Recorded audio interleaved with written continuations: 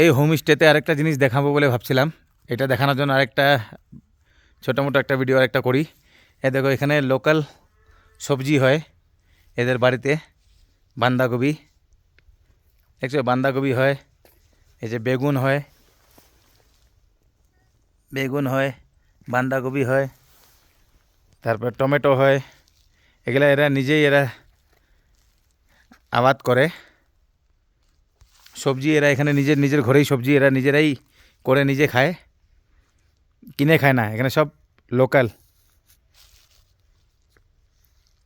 দেখছো এখানে সব লোকাল।